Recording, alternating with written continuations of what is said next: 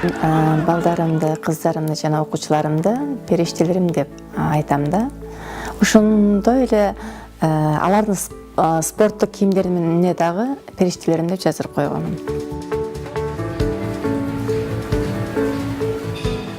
Бул периштелерим мага келгенде сүйлөбөйт эле. Тең салмактуулук жок болчу. Басуу, кыймылдоо, адамды түшүнүү эч нерсе жок болчу да. Ал эми азыр карап көрсөңүз, Турциянын чемпиону болду.